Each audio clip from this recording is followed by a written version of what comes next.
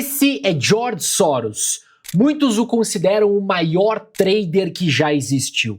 O cara transformou 40 libras em mais de 25 bilhões de dólares. Ele entregou cerca de 36% ao ano, todo ano, durante 3 décadas seguidas. E para você sentir o tamanho disso, quem colocou $1.000 no fundo do Soros lá em 1969 e deixou quieto, tinha no ano de 2000 mais de 10 milhões de dólares.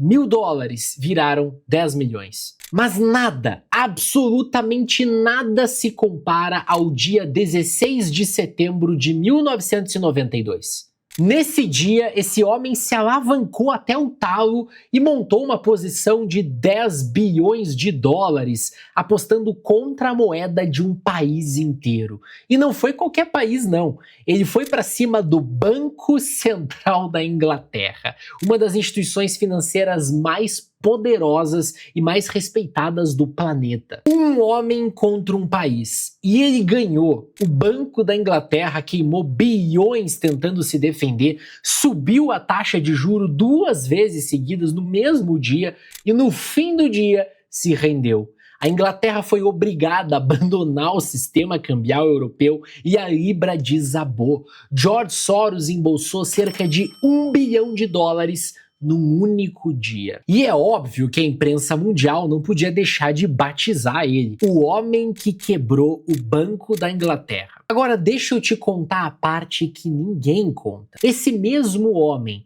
aos 17 anos, chegou em Londres sozinho, sem dinheiro nenhum, fugindo do comunismo. Ele carregou mala de passageiro em estação de trem. Ele serviu mesa como garçom em boate para conseguir pagar os estudos. Ele chegou a receber dinheiro de uma instituição de caridade para não passar fome. E antes disso, quando ele ainda tinha 13 anos de idade, ele sobreviveu à ocupação nazista, escondido atrás de uma identidade falsa, enquanto 500 mil de compatriotas dele eram assassinados. Do garçom refugiado ao homem que quebrou o Banco Central da Inglaterra. E o mais importante para você, por trás de tudo isso, não tem só sorte, tem uma teoria que o Soros passou a vida inteira desenvolvendo, que explica por que o mercado enlouquece, por que o preço se descola do valor e como enxergar essas distorções antes da multidão.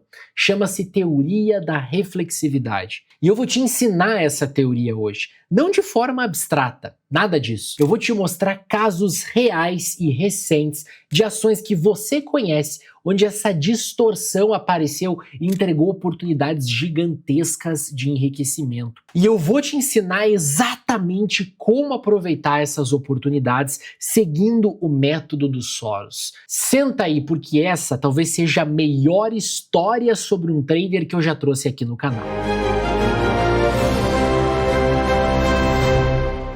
Muito bem, a história do George Soros não começa em Wall Street. Ela começa num dos capítulos mais sombrios da história da humanidade. Soros nasceu em Budapeste, na Hungria, em 1930, numa família judia de classe média alta. E o nome dele nem era Soros, ele nasceu Jörg Schwarz. Mas em 1936, quando o antissemitismo começou a crescer na Europa, e o pai dele, um advogado chamado Tivadar, sentiu o perigo no ar, a família trocou o sobrenome, de Schwarz para Soros, um sobrenome que não denunciasse a origem judia da família. Isso 8 anos antes da tragédia chegar de fato. Guarda esse detalhe porque ele diz tudo sobre a mentalidade que formou o Soros. O pai dele enxergava o perigo antes dele acontecer e agia antes de todo mundo. Dito e feito, o perigo chegou. Em março de 1944, a Alemanha nazista ocupou a Hungria. E foi uma das operações mais rápidas e mais brutais do Holocausto. Em questão de meses, cerca de 500 mil de judeus húngaros foram assassinados. Metade da população judaica do país exterminada. George Soros tinha 13 anos de idade, e o que salvou a vida dele foi a frieza estratégica do pai. O Tivadar não tentou negociar com o destino. Ele foi atrás de documentos de identidade falsos para a família inteira. Ele separou os filhos, colocou cada um num esconderijo diferente e pagou um funcionário para se passar por padrinho do George. O menino então passou a viver com outro nome, outra identidade, fingindo ser filho de um funcionário do governo húngaro. Se descobrissem, era a morte na hora. E o Tivadar não salvou sua própria família. Ele falsificou documentos e ajudou dezenas de outras pessoas a escaparem. O cara arriscou o pescoço para salvar gente que ele nem conhecia. A família inteira sobreviveu. E eu quero que você entenda o que essa experiência plantou na cabeça daquele menino, porque isso é a semente de tudo que ele criou depois. O Soros aprendeu com 14 anos uma lição que a maioria das pessoas nunca vai aprender na vida inteira, que a realidade oficial pode ser uma mentira, que aquilo que todo mundo aceita como certo e permanente pode virar pó da noite pro dia. E que quem sobrevive não é quem confia no sistema, é quem enxerga a verdade antes dos outros e age com coragem quando a oportunidade aparece. Preste atenção nisso, porque daqui a pouco você vai ver essa mesma lição aplicada 40 anos depois contra o Banco Central da Inglaterra. Acabou a guerra e a Hungria não ficou livre. Ela caiu direto nas mãos do regime comunista soviético. Ou seja, o menino saiu de uma ditadura para cair em outra. E o Soros, com apenas 17 anos, tomou a decisão de fugir, sozinho, sem mais ninguém.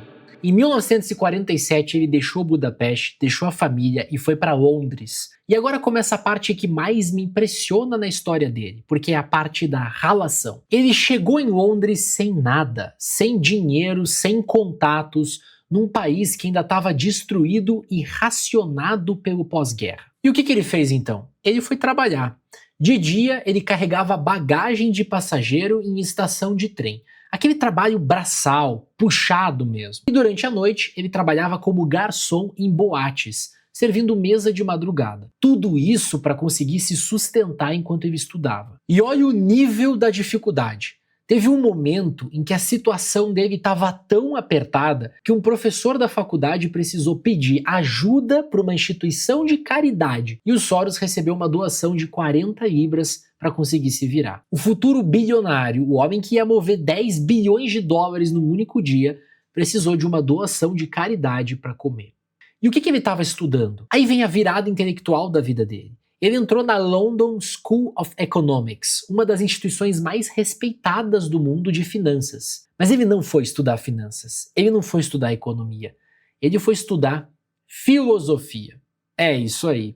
E lá ele encontrou um homem que mudaria a cabeça dele para sempre, o filósofo Karl Popper. E a ideia central do Popper era mais ou menos essa: nenhuma pessoa, nenhuma ideologia, nenhuma teoria tem a palavra final sobre a verdade. Todos nós somos falíveis, todos nós enxergamos o mundo através de uma visão individual distorcida, incompleta, imperfeita. Ninguém tem acesso à verdade absoluta. Para um cara que tinha sobrevivido ao nazismo, escondido atrás de um nome falso e depois fugido do comunismo, essa ideia caiu como uma bomba, porque ele já tinha vivido isso na pele. Ele já tinha visto duas ideologias inteiras que se diziam donas da verdade absoluta destruírem vidas em cima de uma mentira. E anos depois, o Soros ia pegar essa ideia filosófica e apontar ela para uma coisa que ninguém tinha pensado em fazer, para o mercado financeiro. Se todo ser humano é falível e enxerga a realidade de forma distorcida, e o mercado é feito de seres humanos, logo, por definição, o mercado precifica a realidade de forma distorcida. Sempre.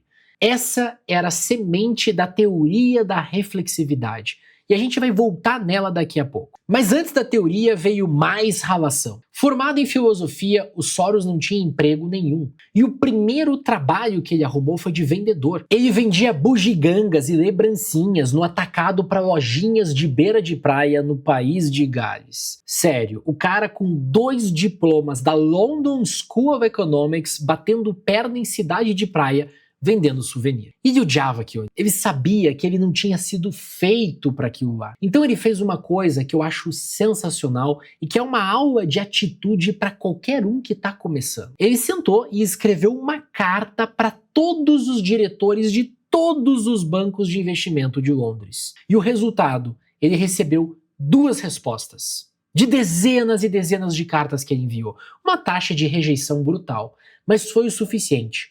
Uma dessas respostas virou um emprego de nível básico. O cargo mais baixinho ali num banco chamado Singer e Friedlander. Aquilo ali era a porta de entrada. E foi por essa fresta que o refugiado entrou no mundo das finanças. Trabalhando naquele cargo baixinho no Singer e Friedlander, o Soros fez amizade com um colega de escritório. E esse colega tinha um pai que era dono de uma corretora em Nova York. O colega sugeriu que ele se candidatasse. E foi assim, por causa de uma amizade de trabalho, que agora o Soros iria se mudar para o centro do planeta. Em 1956, ele desembarcou em Nova York para trabalhar como operador de arbitragem numa corretora chamada FM Meyer.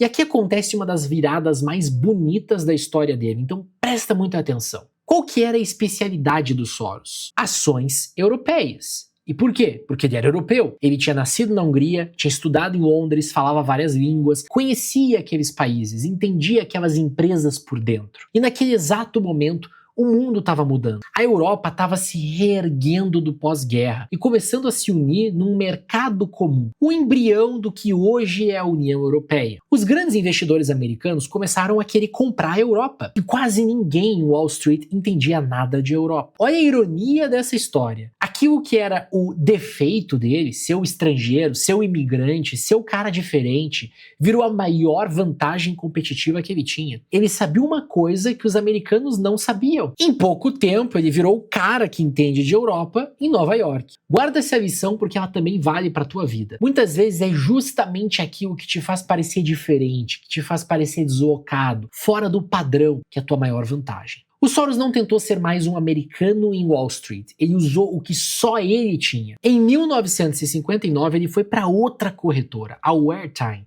ainda analisando papéis europeus. E agora eu vou te contar uma coisa que quase ninguém sabe sobre George Soros. Nesse momento da vida, ele não queria ser do mercado financeiro. Sério, cara, o plano dele era trabalhar uns 5 anos, juntar um bom dinheiro e voltar para a Inglaterra para ser filósofo. O mercado era só um bico que pagava muito bem para ele poder sobreviver. A filosofia é que era o verdadeiro sonho dele. E é exatamente nesse período, analisando ação de dia e pensando em filosofia de noite, que as duas coisas começaram a se juntar na cabeça dele. Ele pega aquela ideia do Karl Popper de que todo ser humano é falível e enxerga o mundo distorcido e aponta ela para o mercado. Se todo mundo é falível e o mercado é feito de gente, então o preço nunca está realmente certo. Ali, no escritório de Nova York, estava nascendo a teoria da reflexividade. Só que em 1963, o chão sumiu dos pés dele. O governo americano criou um imposto novo, chamado de Imposto de Equalização de Juros. E o que esse imposto fazia? Ele encarecia e desestimulava o americano de comprar papel estrangeiro. Ou seja, da noite para o dia, por conta de uma canetada do governo, o mercado de ações europeias nos Estados Unidos secou. E adivinha quem que era o especialista número 1 em ações europeias em Wall Street? Exatamente. O nicho inteiro que o Soros tinha levado 7 anos para construir. A única coisa que fazia dele especial em Wall Street virou pó de um dia para o outro. E olha a crueldade do timing. Ele tinha acabado de ser promovido a vice-presidente de um banco de investimentos. Cargo bonito, sala boa, cartão de visita bacana e praticamente nada para fazer. Vieram anos de marasmo, anos de escritório parado, com o telefone mudo, olhando para a parede. E o que ele fez com esses anos mortos? Ele voltou por sonho antigo. Ele mergulhou de cabeça na filosofia e tentou escrever a grande obra filosófica da vida dele. Passou anos nisso, escrevendo, reescrevendo, revisando, e ele fracassou. Ele não conseguiu terminar. Ele mesmo conta que chegou num dia em que ele releu o que ele tinha escrito no dia anterior e ele simplesmente não entendeu as próprias ideias. Ele abandonou o projeto. O sonho de virar filósofo que ele carregava desde os tempos de garçom em Londres morreu ali, numa gaveta. Para e imagina o tamanho da frustração desse homem. 30 e poucos anos de idade, o nicho profissional destruído por uma lei que ele não controlava. Muita gente nessa situação teria se acomodado no cargo bonito, ficado quietinho, recebendo salário e esperando a aposentadoria chegar. Mas o Soros fez uma coisa diferente e é aqui que a história vira. Ele pegou aquela teoria que ele não conseguiu transformar em livro e decidiu transformar em dinheiro. Se não era capaz de explicar a reflexividade no papel, ele ia provar ela no mercado com dinheiro na mesa. Em 1966 ele conseguiu essa chance. Ele convenceu o banco onde ele trabalhava, ele era muito bem relacionado, a deixar ele administrar $100 mil do dinheiro da própria casa, só para testar as ideias dele na prática. Era um laboratório. Era pouco perto do que viria depois, mas já era a primeira vez que a teoria dele ia para o campo de batalha valendo dinheiro de verdade. E funcionou. Funcionou tão bem que no ano seguinte, ele e um dos donos da casa montaram um fundo de investimentos para valer. A máquina tinha começado a girar. O fundo reuniu dinheiro de vários investidores. Ali tinha tudo menos dinheiro do Soros. Mas não importava. 20% de tudo que ele conseguisse ganhar virava patrimônio dele. O fundo começou com $12 milhões sob gestão. E aí, meu amigo, a bomba explodiu. Deixa eu te dar os números porque eles são de arrepiar. Entre o fim de 1969 e o fim de 1980, o fundo do Soros subiu mais de 300.300%. No mesmo período, o índice das maiores empresas americanas, o S&P, subiu só 47%. Não é o fundo dele ter ganhado do mercado, é o fundo dele ter ganhado do mercado por 70 vezes.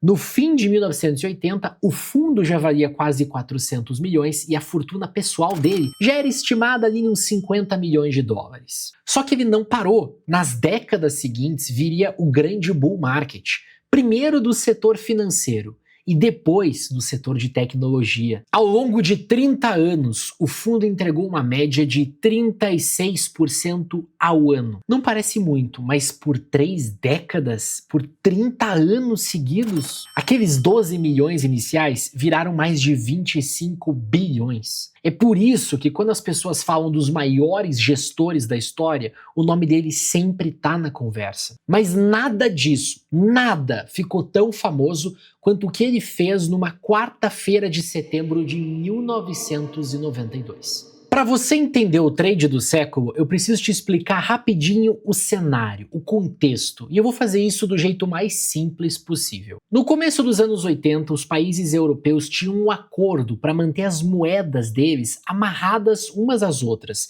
dentro de uma faixa de preço combinada. Era um sistema chamado Mecanismo Europeu de Taxas de Câmbio. Na prática, funcionava assim. Cada país se comprometia a manter a moeda dele dentro de um valor pré-determinado. E se o mercado empurrasse a moeda para fora dessa faixa, o Banco Central do país tinha que entrar comprando a própria moeda para segurar o preço. A Inglaterra tinha entrado nesse acordo com a libra num valor alto demais para a realidade da economia inglesa, que estava naquele momento fraca, com desemprego alto, com crescimento ruim. Ou seja, o preço da libra não refletia a saúde de verdade da Inglaterra. Existia uma distorção entre preço e valor. E o que estava segurando aquele preço artificial? Uma coisa só, a promessa do governo inglês de que iria defender a libra custe o que custar. A crença do mercado nessa promessa. Repara, não era a economia que segurava o preço, era a percepção das pessoas. E o Soros olhou para isso e reconheceu na hora exatamente a mesma coisa que ele tinha aprendido aos 14 anos, escondido em Budapeste. Uma realidade oficial que todo mundo aceitava como permanente, mas que estava, na verdade, sustentada por uma mentira. E mentira, uma hora quebra. Então, ele e o time dele, liderado pelo estrategista Stanley Druckenmiller, que inclusive é outro baita trader, já tem vídeo sobre ele aqui no canal, ele e a equipe dele começaram a montar uma posição vendida contra a Libra, ou seja, apostando que a Libra ia despencar. E aí acontece a cena mais famosa dessa história e é uma aula sobre convicção. Na noite de 15 de setembro de 92, o presidente do Banco Central alemão soltou um comentário público sugerindo que uma ou duas moedas europeias poderiam sofrer pressão. Para o mercado, aquilo foi um recado direto. a Libra tá na mira. O Drunkmiller foi até o Soros e propôs aumentar a posição vendida para $1,5 bilhão de dólares. Uma posição gigantesca, ousada, do tamanho que qualquer fundo grande consideraria agressiva. E o Soros olhou bem para ele e disse que a posição estava pequena demais. Pequena demais, $1,5 bilhão de dólares. E aí ele soltou a frase que virou lenda no mercado: "Go for the jugular." Vai na jugular, ou seja, quando você tem uma convicção dessas, você não morde, você vai pra cima com tudo. E eles foram. A posição vendida contra a Libra saltou para cerca de $10 bilhões. O fundo nem tinha todo esse dinheiro, eles tiveram que se alavancar até as pontas. Um fundo privado montando uma aposta de 10 bilhões contra a moeda de uma potência mundial. E aí chegou a manhã de 16 de setembro de 1992, o Banco da Inglaterra acordou antes do sol e começou a comprar libras desesperadamente para tentar segurar o preço. Só que não adiantou, a libra continuou caindo. Aí eles apelaram para artilharia pesada, eles subiram a taxa de juros de 10% para 12% no meio do dia para tentar tornar a libra atrativa. O mercado não se moveu. Horas depois, num ato de puro desespero, eles anunciaram que subiriam os juros de novo para 15%. Imagina o tamanho do pânico, um país subindo os juros 2 vezes no mesmo dia. E o Soros e o Drunkmiller olharam para aquilo e leram exatamente o que era: o gesto de um moribundo. Em vez de recuar, eles venderam mais ainda a mercado. E às 7h30 da noite, o ministro das Finanças britânico foi a público e anunciou a rendição. A Inglaterra estava saindo do sistema cambial europeu e deixando a libra flutuar livremente. A libra desabou. Nas semanas seguintes, ela caiu cerca de 25% contra o dólar. Semanas. O Banco da Inglaterra queimou bilhões de libras nessa defesa e perdeu. E o George Soros embolsou cerca de $1 bilhão num único dia. A imprensa mundial cravou o apelido que ele carrega até hoje: o homem que quebrou o Banco da Inglaterra. Anos depois, com a fortuna feita, Soros se tornou um dos maiores filântropos da história, doando dezenas de bilhões de dólares através de fundações dele ao redor do mundo. Mas o legado dele para você, que tá aqui querendo aprender a operar, não é a fortuna, nem a filantropia duvidosa, é a teoria. Porque o trade da Libra não foi sorte, não foi palpite, foi a aplicação de uma ideia que ele passou décadas construindo. E é essa ideia que eu vou te entregar agora. Presta muita atenção, porque isso aqui vale ouro. A teoria se chama reflexividade, e eu vou te explicar ela do jeito mais simples que existe, sem economês nenhum. A teoria tradicional das finanças, aquelas que ensinam na faculdade, por exemplo, diz mais ou menos o seguinte: o mercado, ele é racional e ele é eficiente. Existem milhões de investidores inteligentes analisando tudo o tempo todo. Então, o preço de um ativo, a qualquer momento, reflete corretamente o valor dele. Preço é igual a valor. O mercado sabe das coisas. E o Soros olhou para essa afirmação e disse: isso é mentira. E não é mentira porque ele era rebelde. É mentira por um motivo simples e devastador. O mercado não é nenhuma máquina, o mercado é feito de pessoas. E pessoas, como o professor Karl Popper dele ensinou lá na faculdade, são falíveis. Pessoas têm medo, pessoas têm ganância, pessoas se empolgam, entram em pânico, seguem a manada, se apaixonam por uma narrativa. E aí vem a sacada genial, a parte que dá nome à teoria. O Soros percebeu que existe um loop, um ciclo de retroalimentação entre o que as pessoas acreditam e o que de fato acontece. Funciona assim: as pessoas olham para o mercado e formam uma opinião. Essa opinião é sempre um pouco distorcida, porque nós somos seres humanos. Só que elas não ficam paradas com a opinião, elas agem, elas compram, elas vendem, e essa ação muda o preço. E o preço mudando muda a realidade, porque uma empresa com a ação despencando tem mais dificuldade de captar dinheiro, o cliente fica desconfiado, o funcionário bom vai embora. E aí as pessoas olham para essa nova realidade e ficam ainda mais convencidas da opinião original. E agem mais forte ainda. Percebe o ciclo? A crença muda a realidade e a realidade muda a crença. Um alimenta o outro cada vez mais forte, cada vez mais longe do ponto de partida. É por isso que o mercado não anda em linha reta e certinha. Ele vive criando exageros para cima, que são as bolhas, e exageros para baixo, que são os pânicos. E aqui está a conclusão prática, a que interessa para o teu bolso. Se o mercado funciona assim, então existe uma verdade permanente. Vão existir abismos entre preço e valor o tempo todo. E quanto maior a emoção envolvida, maior o abismo. Foi isso que ele viu na Libra. O preço estava sustentado por uma crença, não pela economia da Inglaterra. E quando a crença rachou, o preço despencou. E olha uma outra ideia dele que combina perfeito com o que eu sempre prego aqui no canal. O Soros dizia que o importante não é acertar ou errar. O importante é quanto você ganha quando você acerta, quanto você perde quando você erra.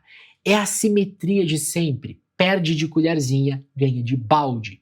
Ele errava um monte de operações. Ele só fazia questão de uma coisa, que os ganhos, que os acertos dele fossem gigantescos e que os erros fossem pequenininhos. Beleza, Felipe, mas isso aí é teoria de bilionário apostando contra o Banco Central de um país. Como é que eu aqui no Brasil, com a minha conta, uso isso na prática? Ótima pergunta e a resposta é: essas distorções entre preço e valor, elas acontecem o tempo todo em ações que você conhece, e algumas das maiores oportunidades dos últimos anos foram exatamente isso. Deixa eu te mostrar 2 casos reais recentes para você ver a reflexividade acontecendo na tua frente. Caso número 1, Netflix em 2022. Em abril de 2022, a Netflix divulgou o resultado dela, trimestral, como ela sempre divulgava. Só que veio uma notícia que o mercado não esperava nesse resultado. A empresa tinha perdido assinantes. 200 mil assinantes a menos no trimestre. Era a primeira vez em mais de uma década que a Netflix perdia assinantes ao invés de ganhar. Sabe o que aconteceu no dia seguinte? A ação da Netflix caiu 35% num único dia. A maior queda diária da história da empresa. Mais de 50 bilhões de dólares em valor de mercado evaporaram em questão de horas. E a queda não parou ali. A ação, que tinha valido perto dos 700 dólares no fim de 2021, foi parar na casa dos 160 dólares. Uma queda de mais ou menos 77%. A empresa perdeu mais de 3/4 do valor dela. Agora presta muita atenção porque é aqui que a reflexividade fica escancarada. Vamos separar a realidade da percepção.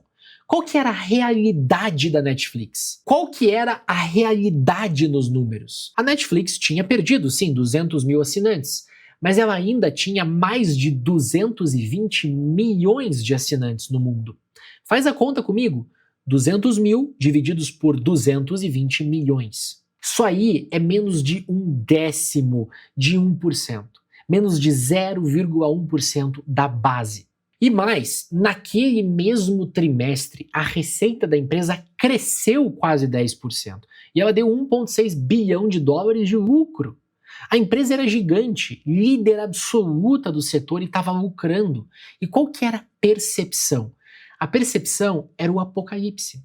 Acabou a Netflix, o streaming saturou, a história de crescimento morreu, a concorrência vai engolir, analistas de Wall Street cortando recomendação em bloco, manchete de jornal do mundo inteiro anunciando o fim do reinado. Tá vendo o abismo? A realidade era muito mais simples. Ela perdeu 0,1% dos clientes e continuou lucrando bilhões. A percepção era: a empresa acabou. E o preço não seguiu a realidade, o preço seguiu a percepção. Ele caiu 77% por causa de uma emoção. E o que aconteceu depois? Bom, a Netflix ajustou a rota, lançou o plano com anúncio, apertou o compartilhamento de senha e os resultados continuaram vindo excelentes. E a ação, que estava na casa dos 160 dólares, se recuperou de forma espetacular nos anos seguintes, voltando a máximas históricas muito acima de onde estava antes da queda.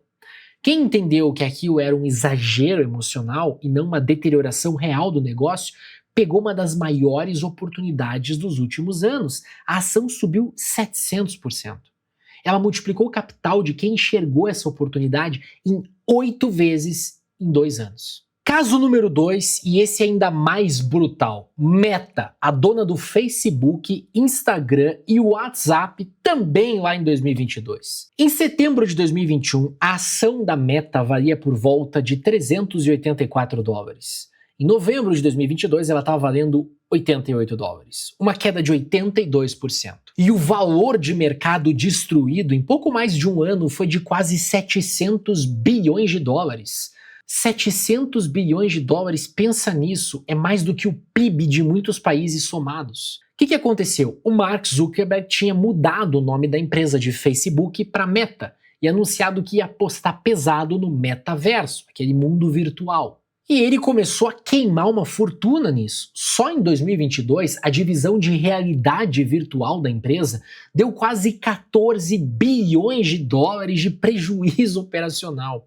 Junta isso com a mudança de privacidade da Apple, que atrapalhou aí os anúncios, a publicidade da Meta, e com o TikTok roubando atenção, e o mercado ele panicou de vez. A percepção virou: o Zuckerberg enlouqueceu. Ele vai torrar a empresa inteira num videogame. A Meta acabou. Teve analista pedindo publicamente a renúncia dele. Agora, a realidade.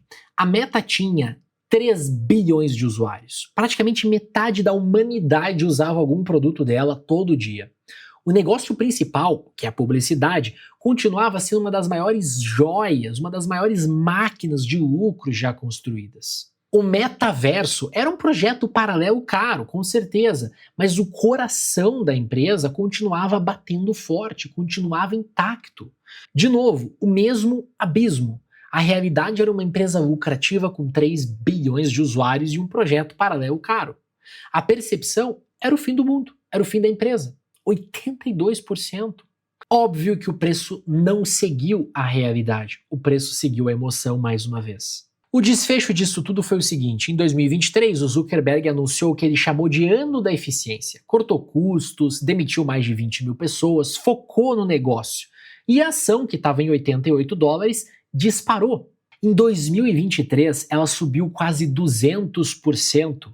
E em janeiro de 2024, pouco mais de um ano depois do fundo, ela bateu nova máxima histórica, acima daquele topo antigo de 384.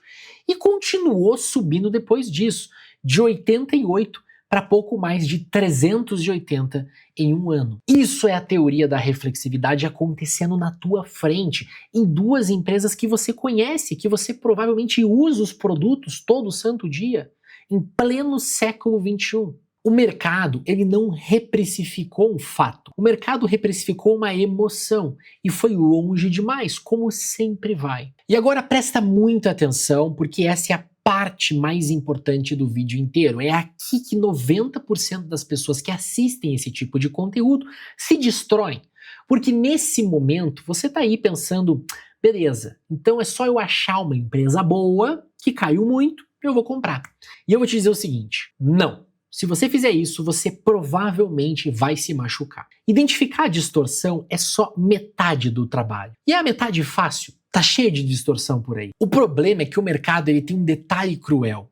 Você pode estar certo e ainda assim perder tudo, se você estiver certo cedo demais. Estar certo antes da hora é matematicamente idêntico a estar errado. Olha os próprios exemplos que eu acabei de te dar. A Netflix, quando já tinha caído 50%, parecia baratíssima. Quem comprou ali viu a ação cair mais 50% em cima. A Meta, quando estava em 200 dólares, já parecia uma pechincha. Quem comprou ali viu a ação despencar até 88. Ou seja, quem tinha a tese certa, mas entrou cedo, tomou uma paulada e provavelmente vendeu no fundo bem na hora que tinha que estar comprando, no desespero. Isso tem um nome aqui no canal, é comprar faca caindo. E é uma das formas mais rápidas de destruir a tua conta. O Soros não comprava faca caindo. Esse é o ponto que quase ninguém percebe sobre ele. Ele não era um sonhador que apostava numa tese e ficava rezando para ela dar certo. Ele era um operador, ele acompanhava o preço, ele acompanhava o comportamento do mercado. E ele esperava o mercado confirmar aquilo que ele já acreditava antes de entrar pesado. Repara no trade da Libra, ele já tinha a tese montada há meses, mas ele só multiplicou a posição por 6 quando o mercado começou a rachar na frente dele de verdade, quando o próprio Banco Central alemão sinalizou a fraqueza e o preço começou a desabar. Ele esperou o gatilho. E é assim que a gente faz aqui na Trade de Valor. Deixa eu te dar o método em 3 passos, juntando os Soros com o nosso jeito de operar. Passo 1, identificar a distorção. Você procura aquela situação onde a emoção claramente tomou conta. Uma empresa excelente, um negócio sólido, que despencou 50, 60, 70% por conta de uma notícia, de um trimestre ruim, de um pânico de uma manchete. E você se pergunta, a realidade do negócio mudou tanto assim? Ou foi a percepção que enlouqueceu? Se a empresa continua vendendo, continua com os clientes dela e mesmo assim o preço derreteu, você tem um candidato, você tem um abismo entre preço e valor. Isso coloca o ativo no teu radar. Só no radar, você não compra ainda. Passo 2, esperar a confirmação no gráfico. É aqui que o gráfico salva a tua vida. Você não vai comprar enquanto o ativo estiver despencando. Você vai esperar o preço te mostrar que a queda acabou e que os compradores voltaram. E é aí que a gente procura, principalmente no gráfico semanal, uma entrada. Que é onde o ruído some, né? Primeiro, um pivô de alta, que é o preço parar de fazer fundos cada vez mais baixos.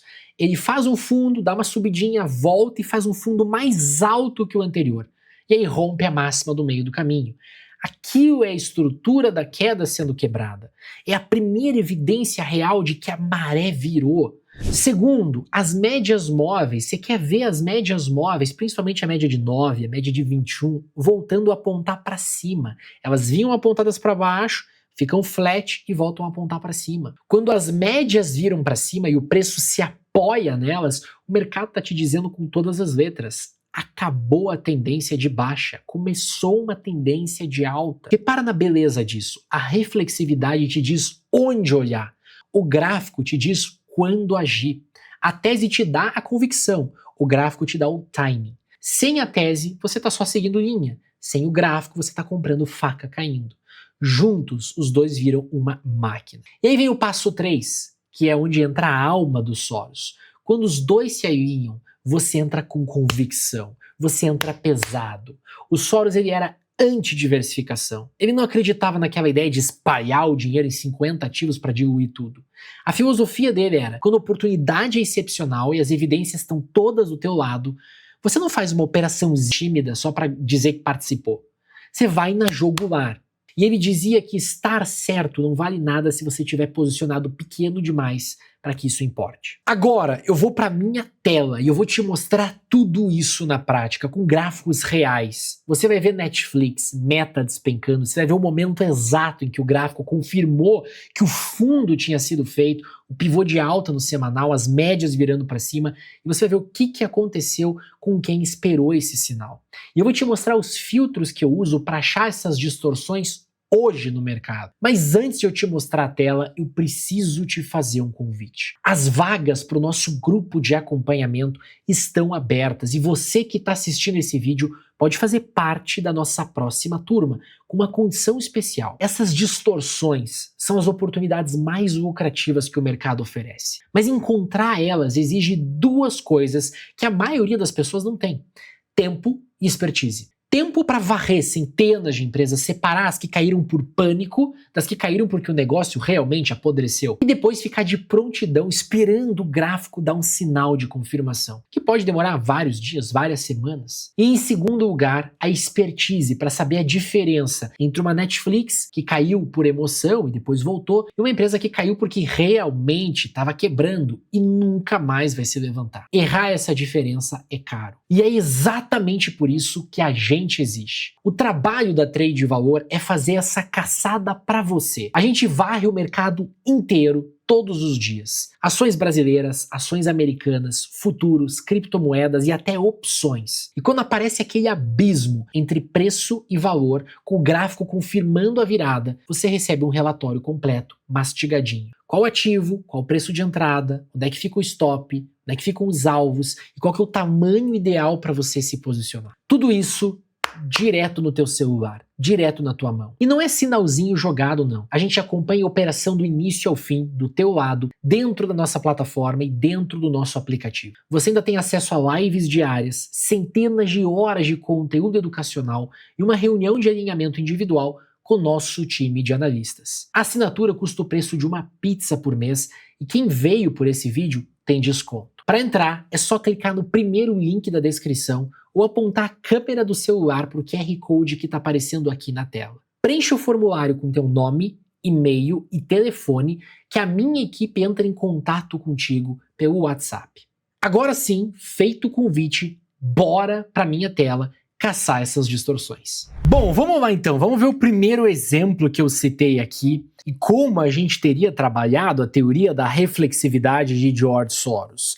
Eu tô com o gráfico aberto da Netflix, tá? NFLX. Você poderia usar a BDR também, não tem problema nenhum. Veja, a Netflix, ela vinha trabalhando numa tendência muito forte de alta. Em 2017, a ação estava cotada em $12 mais ou menos, e em outubro de 2021, a ação já estava em $70, tá? Então foi uma subida relevante, foi uma subida de 448% em vários anos.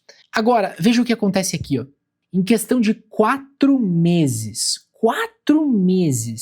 o papel sai de $70 para $16. Ele cai 77%.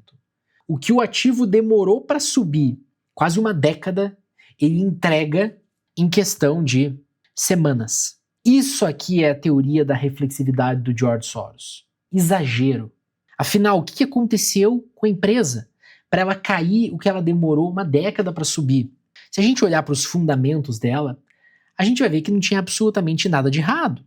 Veja, o período em si que o mercado ficou nervoso foi este período aqui, de 2022. Foi este período aqui, ó, de 2022. Isso aqui, a receita ter estagnado por 1, 2, 3 trimestres e depois ter voltado a crescer, fez com que o mercado derrubasse a ação, quase 80%. O lucro caiu, mas caiu quanto?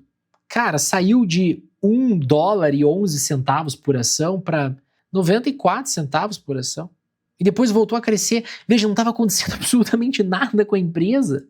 E o mercado puniu ela por conta de um número de assinantes. Que desde então a Netflix nunca mais divulgou, ela não divulga mais esse número, porque ela viu o quão loucas podem ser as pessoas dentro do mercado.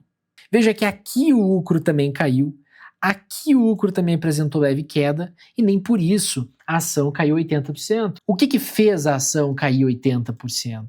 Simplesmente a percepção, que ficou completamente distorcida da realidade. Quando você encontra uma oportunidade dessa, o que você vai fazer?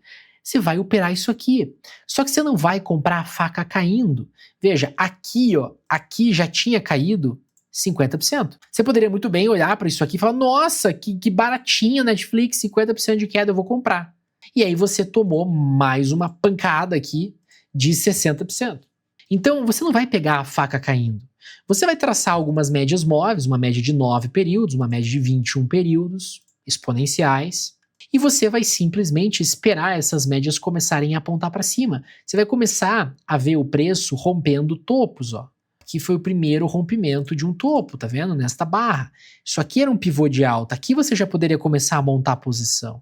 Aí o mercado rompeu um outro topo 2 meses depois e você aumentaria a posição para valer aqui. Pronto, você tem a média de 9 para cima, a média de 21 para cima, 2 pivôs de alta, reversão. Você comprou a ação primeiro aqui em $22, depois aqui em $28 e bom, olha o que aconteceu com a ação meses depois. Ela simplesmente foi para $133. Ela simplesmente subiu 400%, meses depois. Tá entendendo a teoria da reflexividade? Você pode fazer isso nos gráficos intradiários, quando sai uma notícia e o mercado se afasta muito, fica muito esticado da média móvel de 9, tanto na compra quanto na venda. Você pode fazer isso no swing trade, no gráfico diário. E você pode fazer isso de forma extremamente inteligente, na minha opinião, que é trabalhar um gráfico semanal, onde você vai comprar o papel no melhor ponto possível e vai surfar a tendência de recuperação depois. Inclusive, tá? A Netflix, hoje, na data que eu tô fazendo esse vídeo, ela tá sofrendo de outra narrativa. Você já começa a ver que o mercado exagerou. O mercado exagerou, derrubou 50% do papel, sendo que, olha o lucro da Netflix. Olha a receita da Netflix. Fala, cara, que isso aqui é uma super oportunidade de compra, não é mesmo? Meta, mesma coisa. Exatamente a mesma coisa. Se a gente olhar lá para 2022, foi até pior, porque a ação caiu igual uma bigorna. 77%. Tá? Se você pegar bem do topo lá em cima e bem no fundo aqui embaixo, é 77%. Mesma coisa que Netflix. Ela devolveu o que ela demorou, cara, 6 anos para construir, ela devolveu em questão de meses. 1, 2, 3, 4 meses. E depois se recuperou integralmente. E você comprou aonde? Aqui. Quando já estava rompendo região de resistência, rompendo topo, já estava rompendo média móvel de 21 períodos, média móvel de 9 períodos. Você foi acumulando aqui. Você não comprou aqui, você não comprou aqui, você não comprou aqui, você não comprou aqui, você comprou aqui. Quando o mercado já estava apresentando uma recuperação. Saiu de $140, né, para os atuais $629. Topo em $800. Olha a chance que você teve. E você olha os fundamentos da empresa também. Essa aqui foi um pouco mais afetada. Que Netflix foi um absurdo. Netflix, eu nunca vi nada igual. A Meta também foi um pouco afetada, mais do que a Netflix, mas assim, nem se compara. Olha a receita. A receita estagnou aqui, tá? E depois voltou a crescer. 1, 2, 3, 4 trimestres depois. Olha o lucro por ação. Caiu 1, 2, 3, 4 trimestres. Depois voltou a crescer de novo.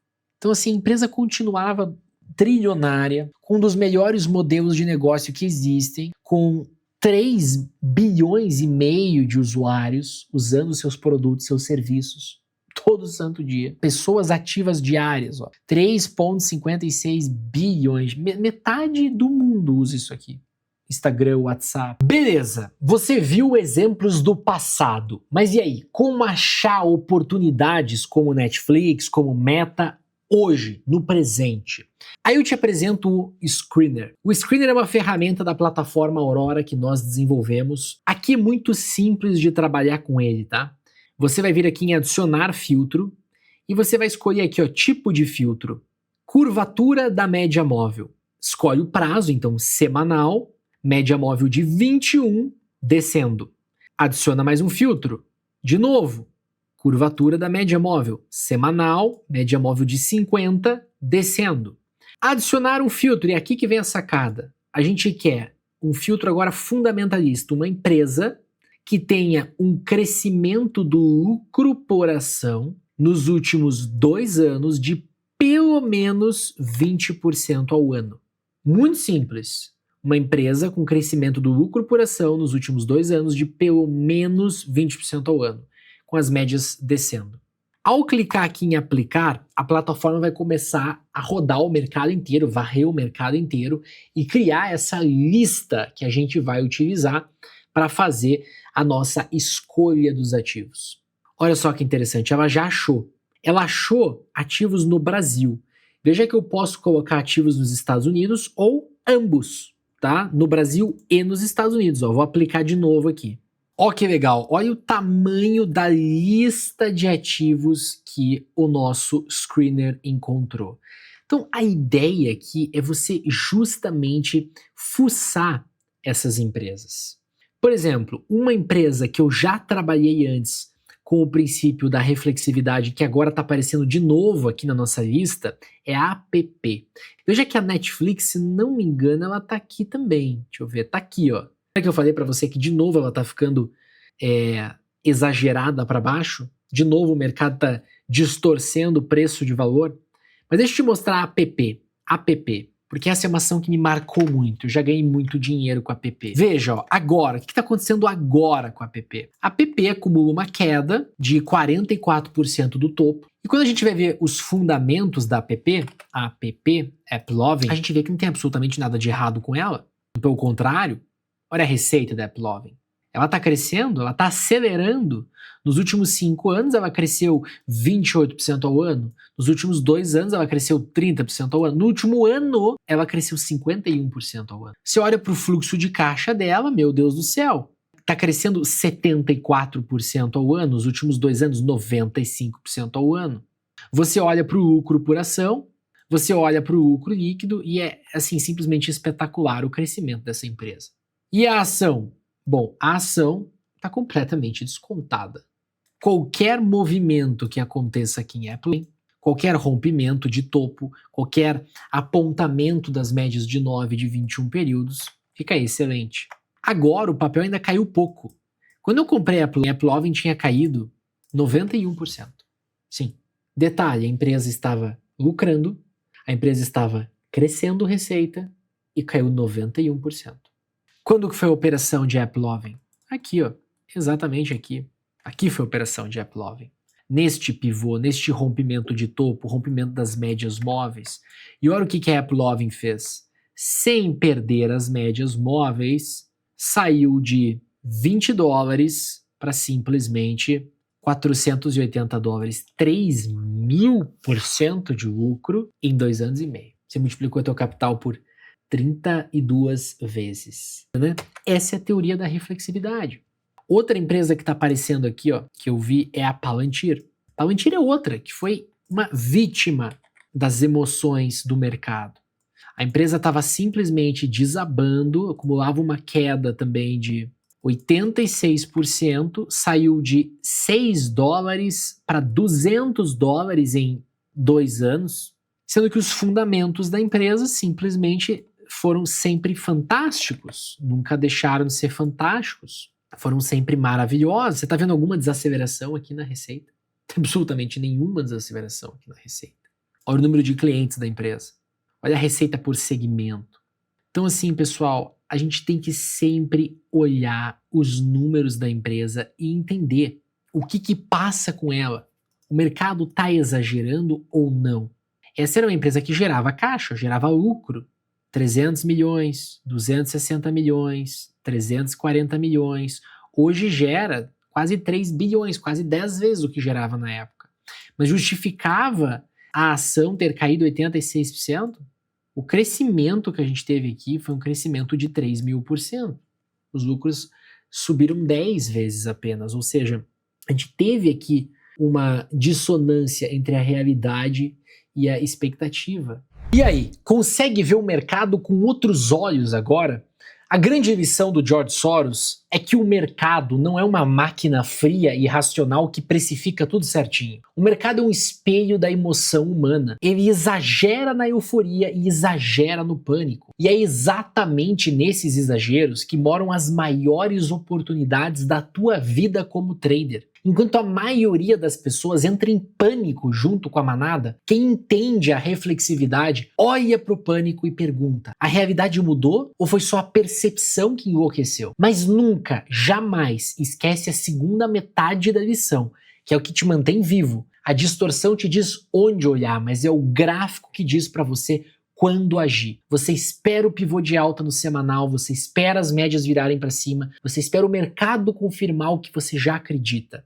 E só então, com o stop curto e o alvo gigantesco, você entra com convicção. E olha a trajetória desse homem, porque ela é uma das mais improváveis que existem. Um menino judeu de 13 anos escondido atrás de um nome falso, enquanto 500 mil de compatriotas dele eram assassinados. Um adolescente de 17 anos fugindo sozinho do comunismo, sem nada. Um estudante carregando mala em estação de trem e servindo mesa de madrugada para pagar a faculdade, aceitando doação de instituição de caridade para comer. Um sujeito escrevendo cartas para dezenas de bancos e ouvindo não de quase todos. E décadas depois, o homem que venceu o Banco Central da Inglaterra num único dia. O homem que acumulou 25 bilhões de dólares. Não foi sorte, foi uma cabeça treinada pela vida a enxergar aquilo que todo mundo aceita como verdade e perguntar: será que é mesmo? E foi coragem de agir com convicção quando enxergou a oportunidade. Se um refugiado sem nada construiu isso partindo do absoluto zero,